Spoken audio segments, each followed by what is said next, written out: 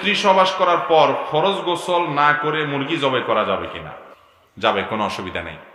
ফরজ গোসল করা ছাড়া হাঁস, মুরগি, গরু, ছাগল এগুলো জবাই করতে কোনো অসুবিধা। ফরজ গোসল দ্রুততার সাথে করে ফেলাই ভালো।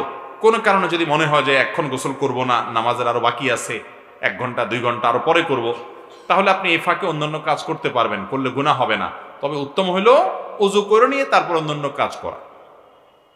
যদি ওযু না করেও করেন তাতেও মুরগি খাওয়া হালাল হবে, জবে হালাল হয়ে যাবে, কোনো অসুবিধা হবে না। আমাদের দেশে মহিলাদের ব্যাপারে ফতোয়া দেওয়া হয় যে মহিলারা গোসল ফরজ হলে ঘরের কোনো কাজ করতে পারবে না, বাচ্চারা দুধ খাওয়াতে পারবে না। বোগাস কথা, ভিত্তিহীন কথা। এটা মহিলা আর পুরুষের জন্য আলাদা কোনো পার্থক্য। গোসল ফরজ হলে দেরি না করে তাড়াতাড়ি গোসল করে ফেলা উত্তম, মহিলার জন্য পুরুষের জন্য সমান কথা। যদি কোনো কারণে দেরি করতে হয় তাহলে আপনি গোসল ফরজ হয়েছে রাত 10টা, 11টা, 12টা, 1টা, ফজর নামাজ এখনো বাকি আছে, আপনি ফজরের আগ দিয়ে গোসল করতে চাচ্ছেন, চলবে, অসুবিধা নেই, ফজরের আগে তো করতেই হবে।